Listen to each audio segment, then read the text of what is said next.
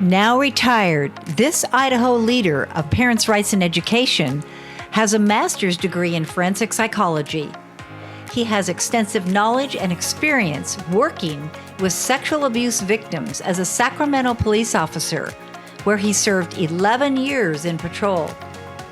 He taught psychology and criminal justice programs at the community college level for 10 years.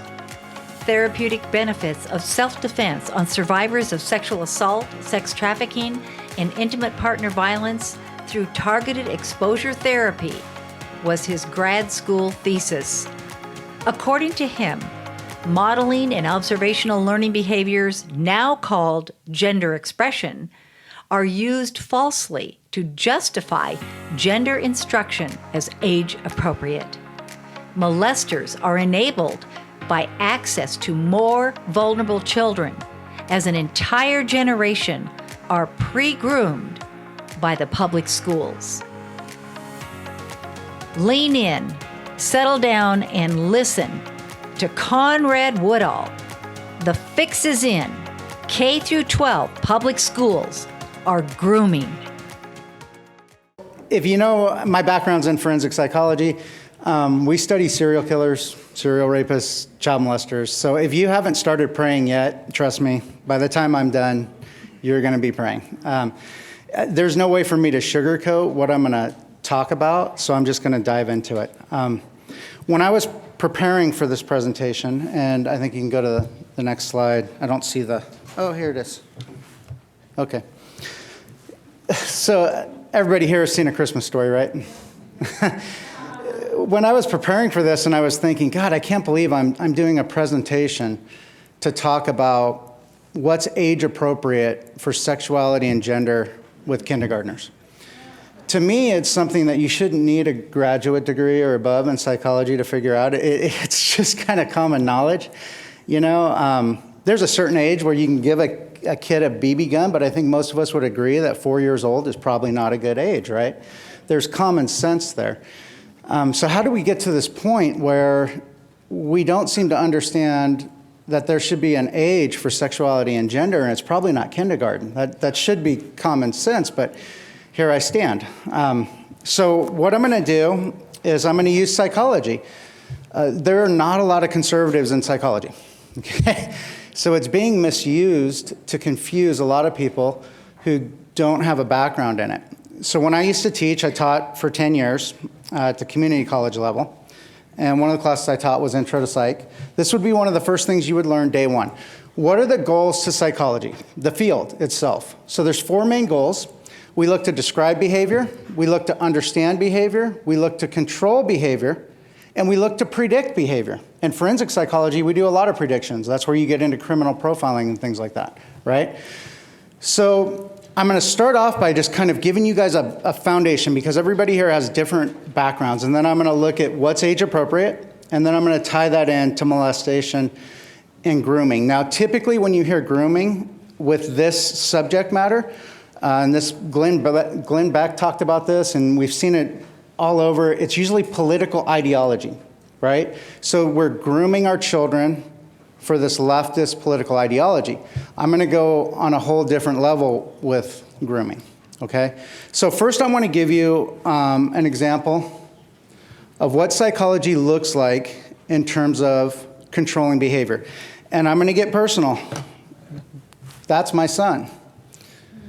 At 10 days old, my son was diagnosed with a rare childhood cancer. At 3 weeks old, he was the youngest cancer patient at UCSF to receive systemic chemo. He battled the cancer off and on for 4 years. I'm going to show you a video just here in a second. What my wife and I were concerned with, she's sitting right here, we weren't just concerned with our son's physical health, which obviously when you got a child that's fighting for their life, that's first and foremost. But you can't explain that when your child is a baby fighting cancer. You can't explain life or death. The other thing we were concerned about was his mental well-being, because babies absorb the emotions of the environment that they're in, including depression. There's long-term research, 20-year follow-ups, showing that children that are subjected to environments with high levels of depression will end up becoming depressed. There's like a threefold increase, right? So we had to think about that as well. How do we keep this kid happy? Now, what you're going to see, the first video you're going to play, my son's about 3.5 years old. He had just started his second round of systemic chemo. He lost his hair. He's sick. He's getting stuck all the time. And we just lost his left eye to the cancer. It was surgically removed. That's why he's got the patch on his eye. Now, if you've ever been in a pediatrician's office and seen a kid get stuck with a needle, all right, watch his response as opposed to what you've probably seen. Go ahead. Be a strong boy, relax. You be a strong boy. Good job, buddy. Okay. Relax, the mommy's not done yet. Hey, good job. Look at that. You did your shot. Say yay. Okay, now that kid has been through hell. He just had his eye removed, right? That's the power of psychology when done correctly. Now, let me preface, that same power can be used for evil. That's the same power that Philip Garrido used when he kidnapped J.C. Dugard and kept her for 18 years, and she didn't leave because of what's called Stockholm Syndrome. That's the same power that Jim Jones used when he got almost 1,000 people to drink cyanide-laced Kool-Aid, including mothers pouring it down the throats of their babies and young children. That's the same power that a child molester uses when they groom children and convince them that the sexual acts that they are doing on them is okay. So that power can be used for good or evil. And I have a real problem when we start sending teachers who don't have that education and experience to little weekend seminars or have online classes in things like emotional regulation. That's what emotional regulation is. Yeah. And teachers don't have the experience to be messing around with psychology, and it's probably not something you should toy around with. But that's what we're seeing. Sexuality, gender, these are complex psychological issues, and you're going to have teachers teach this stuff to young children, right? So that's what psychology looks like in terms of when we use it to control behavior. Now let's look at it in terms of understanding behavior. So what's the cognitive level of a basic 5-year-old, right? So we're going to look at this next video here. This is one of Piaget's famous experiments, his conservation experiments. Piaget, if you've never heard the name, he was a pioneer in child development. Along with Erickson, a lot of our educational system is actually built on their research when it comes to child development, stages of development. And this is a very short, simple video that will set for you the stage for what the cognitive level is for a 5-year-old. Okay, whenever you're ready. Hi. Hi, What's your name? Samuel. And how old are you? 5. Okay. Could you answer some questions for me? Okay. And don't worry, no matter what you say, your answer's going to be fine, okay? Okay. Okay. Now, you're looking at those 2 bottles with water in them, right? Okay. And do they have different amounts of water, or do they have the same amount of water? The same. Okay. Now, I'm going to do something. Okay. I am going to pour the water from this one into this bottle. Okay. Okay. Now, do they have the same amount of water or different? Different. Okay, which one has more? Good job, honey. Thank you very much for your help. Okay, so these are famous experiments, right, in child development. And what Piaget found was that children under the age of 7 really lack the ability to understand abstract concepts like that, like volume. So kids are really good at understanding, hey, that's the same. I got 3 jelly beans, you got 3 jelly beans, we're the same. Or they're good at understanding something that's different. So for instance, in my house, we had a daughter who was almost 4 years older than our son. So when our son was born, she takes part in the diaper changing. And what's one of the first things that a toddler is going to notice about a baby if they're opposite sex? When you're changing a diaper, she's going to point to his penis and go, "What's that?" Okay, and that's where you as a parent go, "Well, he's a boy, so he's got a penis." And then she's going to go, I don't have that. No, you don't. You're a girl. This is very simple. This is how you parent. This is how kids start to understand gender. It's very concrete, right? Now, if you're going to start trying to teach something abstract, which the idea that you can be a girl in a boy's body or a boy in a girl's body is an abstract concept based on psychology, right? It's not concrete. It's not something that kids can easily identify or understand. You're trying to tell me that you can get a child who can't figure out volume of liquids at that age, that they're going to understand gender identity? Are you kidding me? That makes absolutely no sense. Now, why are we in this situation? Well, psychology is being used to justify things that we never used it for before. So I'm going to show you again another picture. If we go to the next slide. This is my family. Now, my son would be absolutely horrified if he knew that I put this picture up. All right? This is what happens when you have a daughter who's 4 years older than your son. At some point, she decides that it is more fun to dress up her brother than herself. Now, this is just gender-neutral play. This is modeling. This is observational learning. Young children lack the ability to communicate well, so we know that they learn by modeling and observational learning.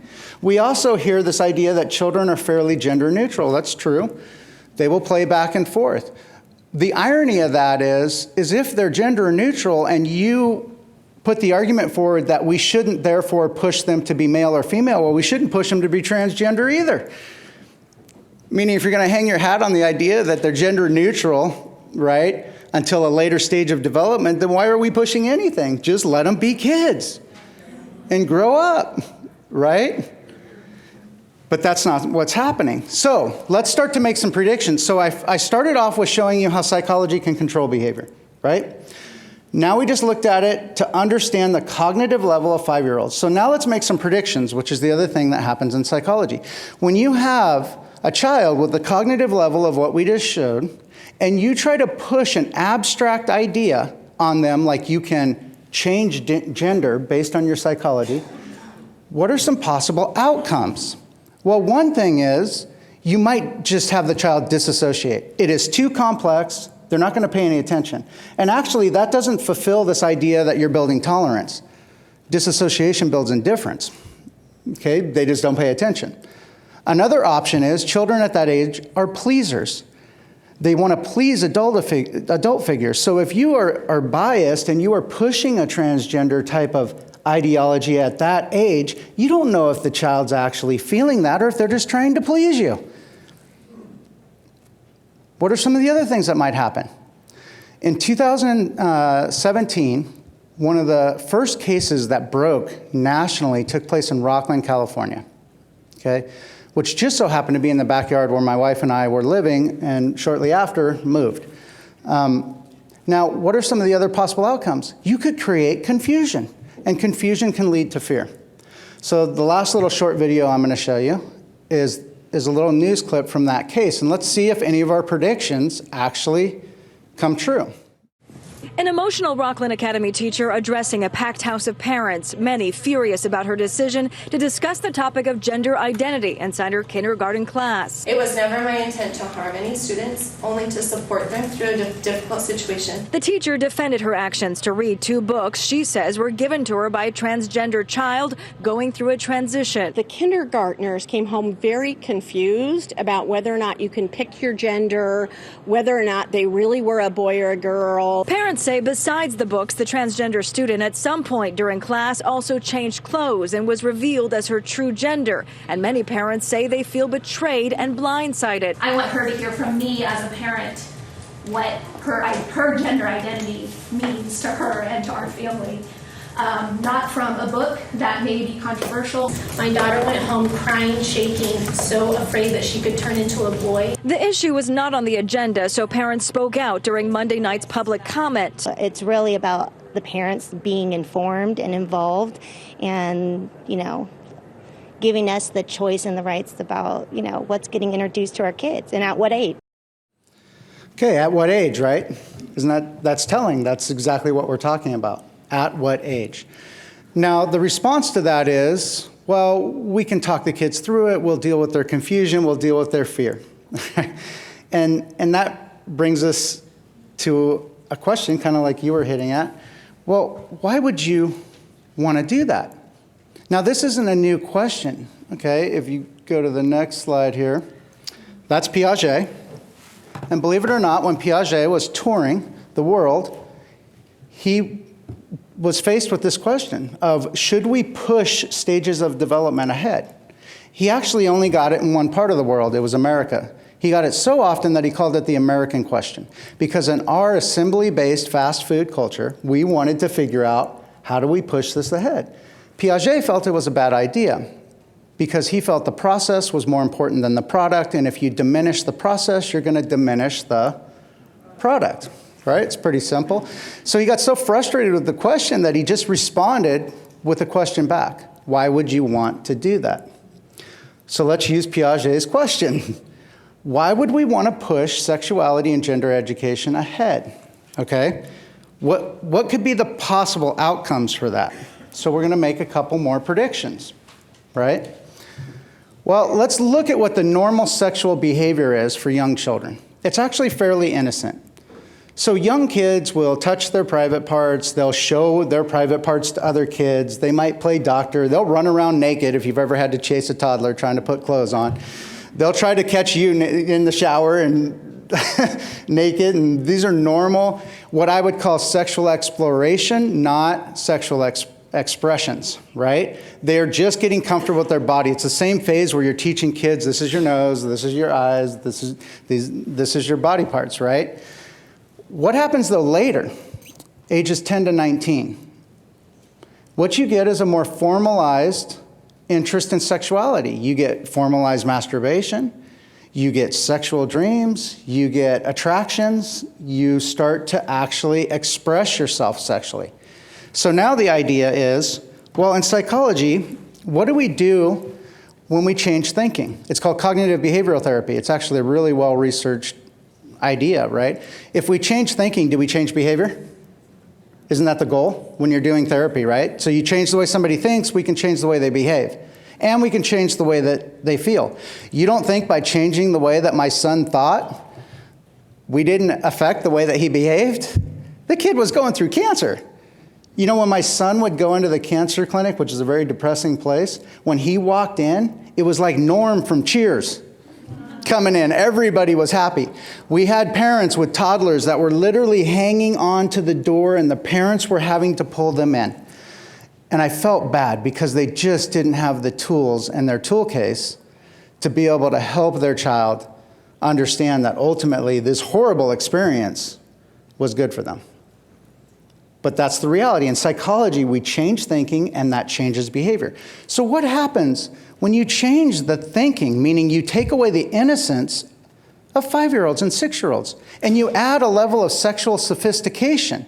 What happens when you push that down the scale? You don't think the behaviors aren't going to follow? Do we really want the behaviors of the 10 to 19-year-old group to start moving down the scale to the 5, 6, and 7-year-olds? Now, can we actually find an example of where that happens? This is where we start to get a little dark. What do you think molesters do when they groom? So I'm going to show you what the stages of molestation are. Now, this is taken from RAINN, the nation's largest anti-sexual violence organization, and I've spent 25 years working with survivors of sexual assault. And I'm the son of a molested mother. It's part of why I got into this. She was molested at about 5, 6 years old. Okay? And she was very open about her therapy process. I saw the whole thing.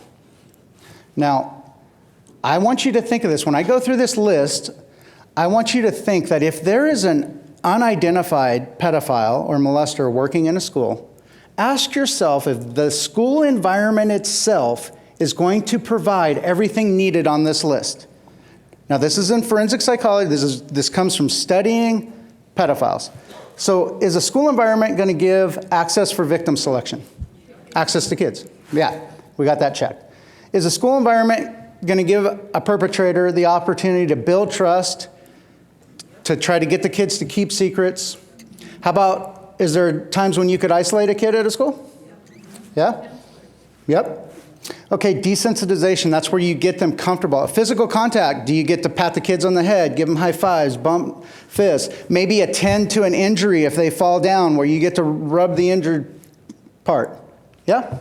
Okay? Now, what we used to do is stop at the last one. That wasn't part, especially of young children's education. Discussions related to sex. Now, why is that the last phase? Because children are innocent to that, so they have to normalize the behavior so that when they actually molest, the child is comfortable with it. So the last thing that they do prior to the molestation is they start talking to the child about sex, about sexuality. They talk about your animals having sex. Have you ever seen your dog jump on, the leg of the chair or whatever it is? They show pictures. They start the process of desensitizing the child so that when the actual molestation takes place, it's normal behavior. Why on earth would we want to do this? Right? You were asking questions, right? So this is that. Do you want your children to be more vulnerable to pedophiles? Do you want them to be more vulnerable to molestation? That's the question we're asking right now, right? So now the next question, well, how safe are our kids at school? Right? How good is the school at vetting the people it hires? So this is 2004. The Department of Ed did a study, and they haven't done hardly anything since because they don't want to.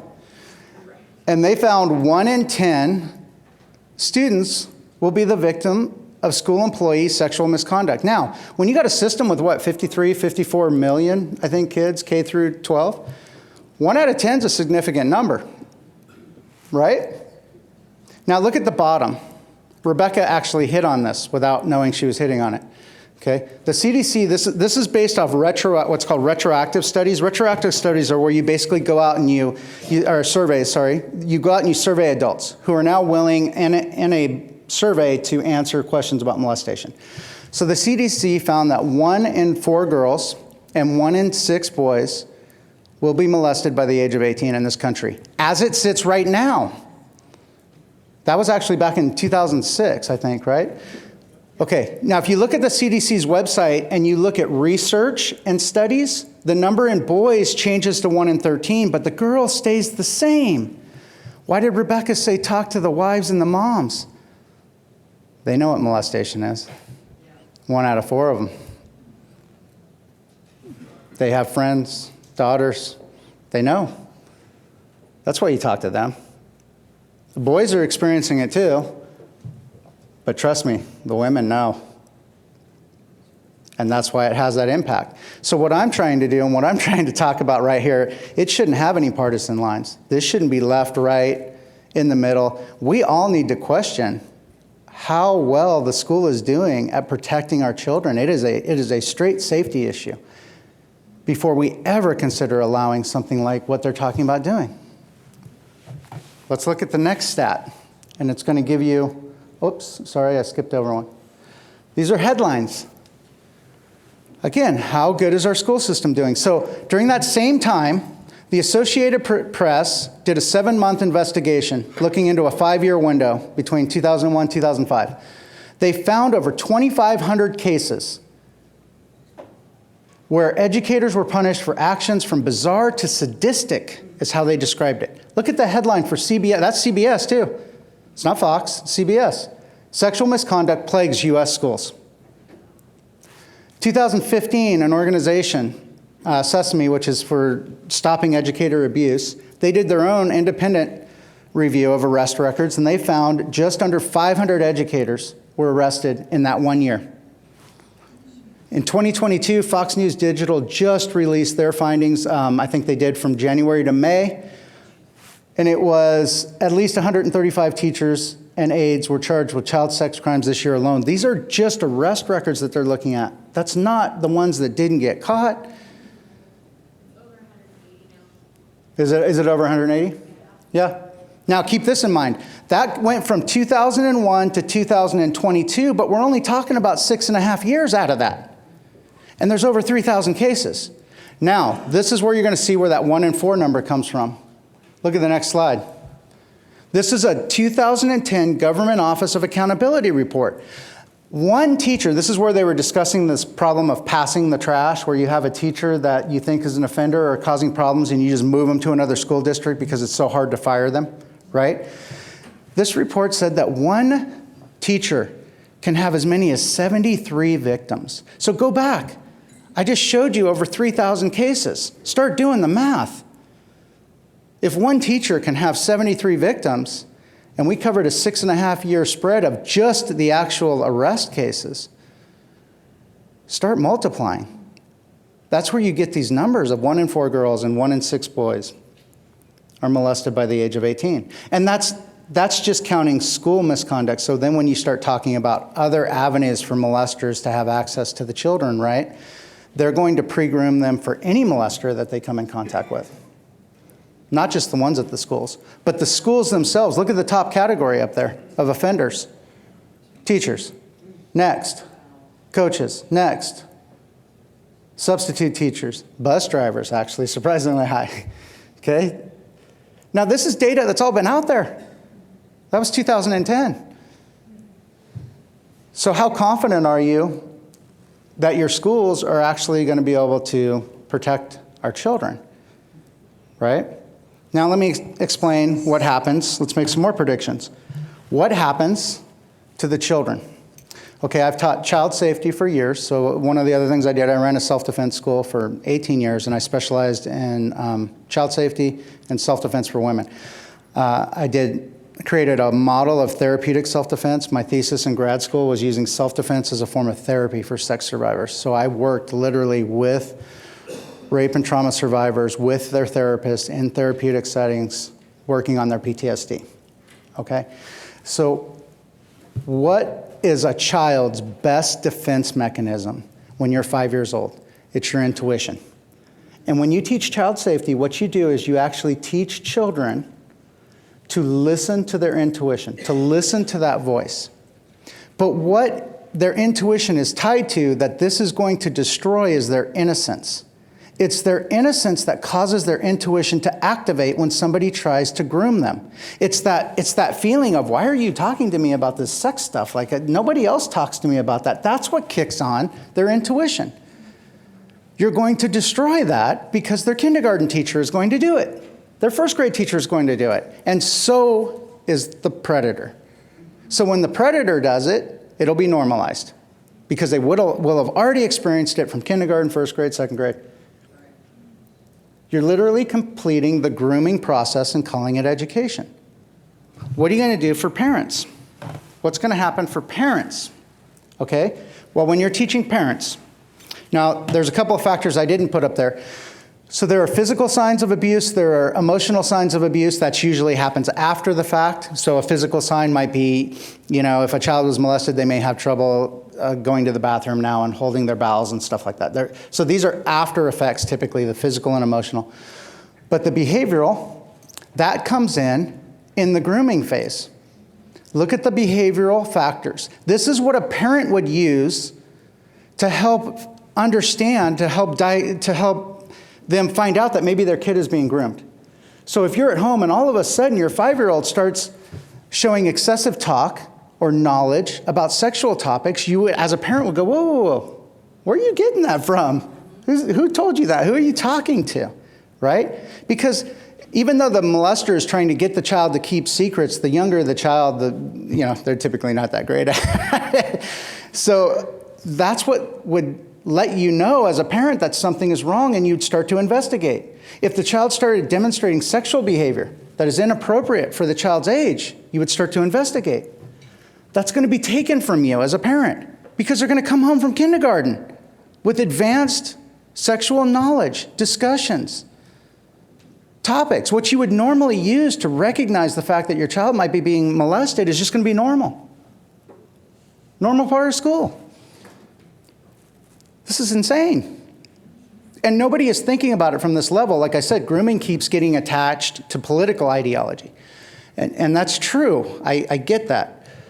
But I've never heard anybody on either side of the political aisle, left, right, middle, I don't care where you are, that says, oh yeah, I want my children, more vulnerable to molestation. Sounds like a great idea. Let's do it.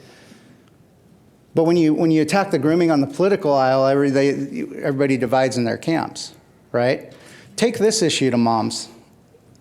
Let them really understand the psychology of what I'm talking about and see what happens.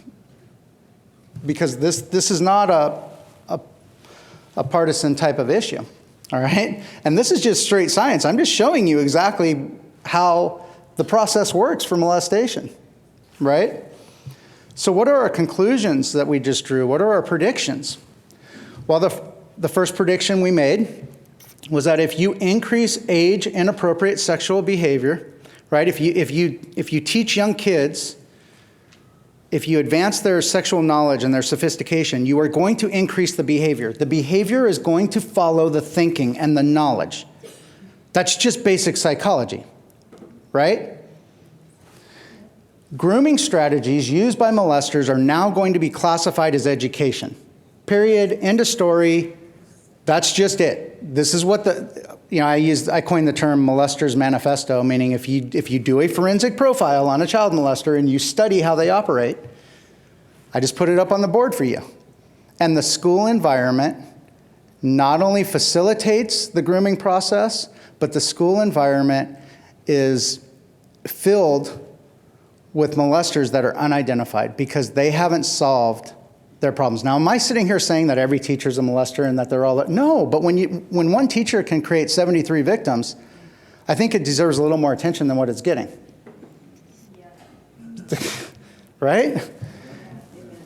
The next thing it's going to do is it's going to rob children of their innocence and intuition. You are going to destroy child safety. You're going to normalize it so that when a child does come in contact with a predator, the whole process is normalized for them. When the predator starts that final stage of molestation where they start trying to normalize the sexuality and the sex talk, it's already happened at school. They're going to completely identify with it. It's going to seem normal. So their intuition won't activate. And the last thing you're going to do is you're going to rob from parents the behavioral signals that they might use to try to identify the fact that their child is being groomed. So how do we win? Honestly, you've heard from a lot of wonderful speakers up here, things that I was going to say. You know, elections, laws, and lawsuits. One thing I would like to see, you know, I'm Catholic. I was raised Catholic, went to Catholic school, and the Catholic Church took a beating. And they got hit with class action lawsuits, and they deserved it. You know, they pushed priests that they knew were offenders from location to location, and they took the heat for it. We already know that teachers have been pushed from location to location. Do you not see the fact pattern? We have attorneys in here. I am waiting for the commercials to come on TV with the 1-800 numbers, and we need to support the survivors because there are millions of them out there. We need to support them, and you want to really cause a problem for this? Hit them with a class action lawsuit. Let's find those survivors, let's support them, and hit them with the class action lawsuit just like the Catholic Church got hit with.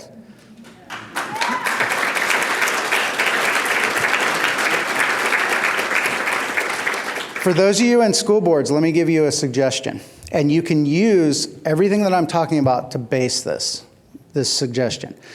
Until we get this fixed, which I think for the legislators out there, DeSantis hit it right on the dot. Just ban it. The things that you don't want that are dangerous, just ban it. Flat out, just ban sex education, all this stuff for the age groups that apply. I would have argued that K through 4 is actually academically sound.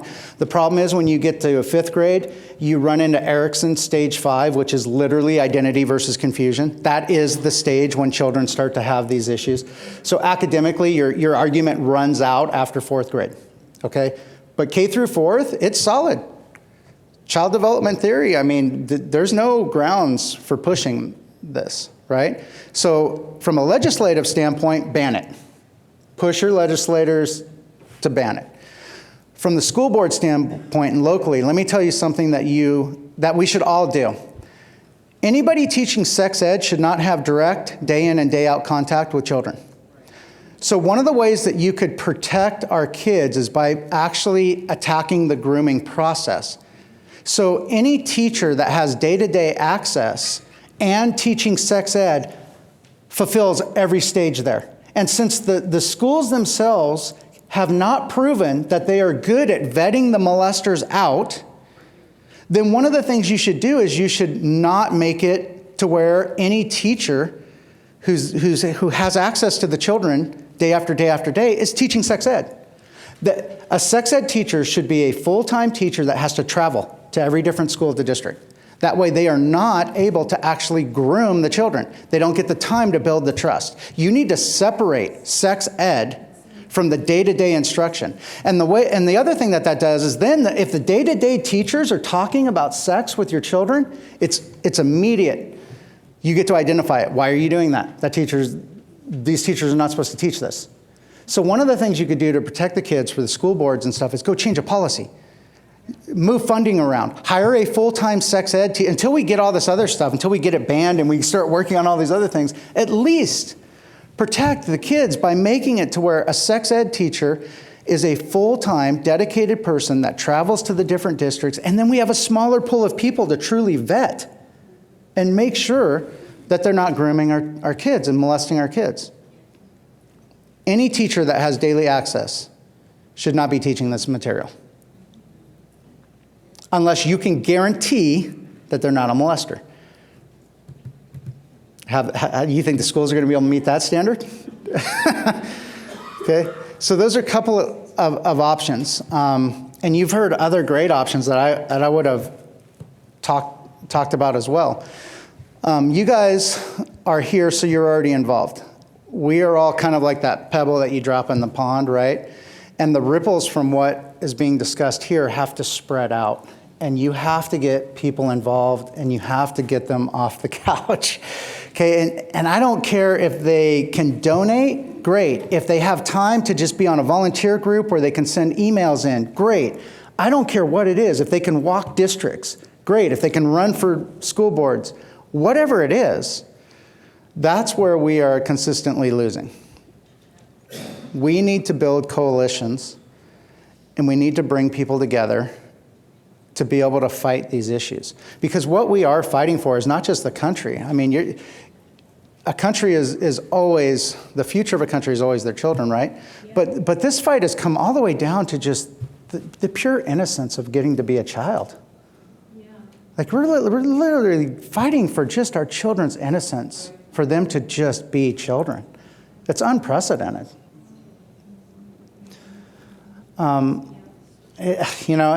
Like I said, it's shocking that I'm up here and that this is the presentation I'm getting, but this is where we're at. And I really think our kids are our unifying factor. When they started calling parents domestic terrorists, it unified people. And if there's one thing that can hopefully bring us together, it's our kids. Thank you.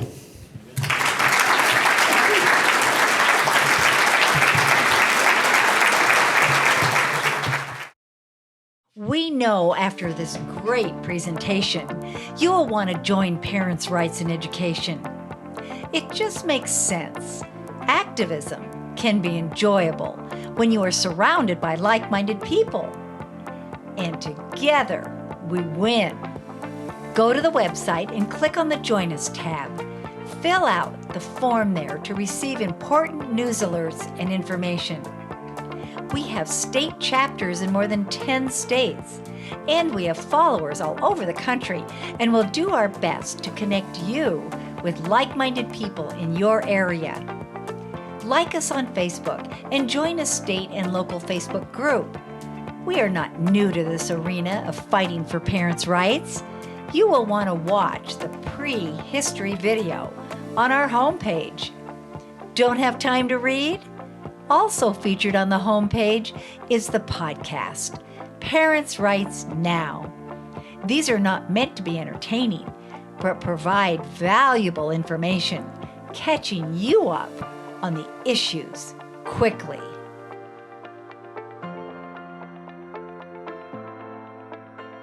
Would you like to contribute to our cause? We are a tax-deductible 501c3 organization. Click on the donate button on our website. We need your help, and we can't do it alone. Consider joining the 12 by 12 Club. Your gift of just $12 or more will help restore parents' rights across the country. Together, we are winning.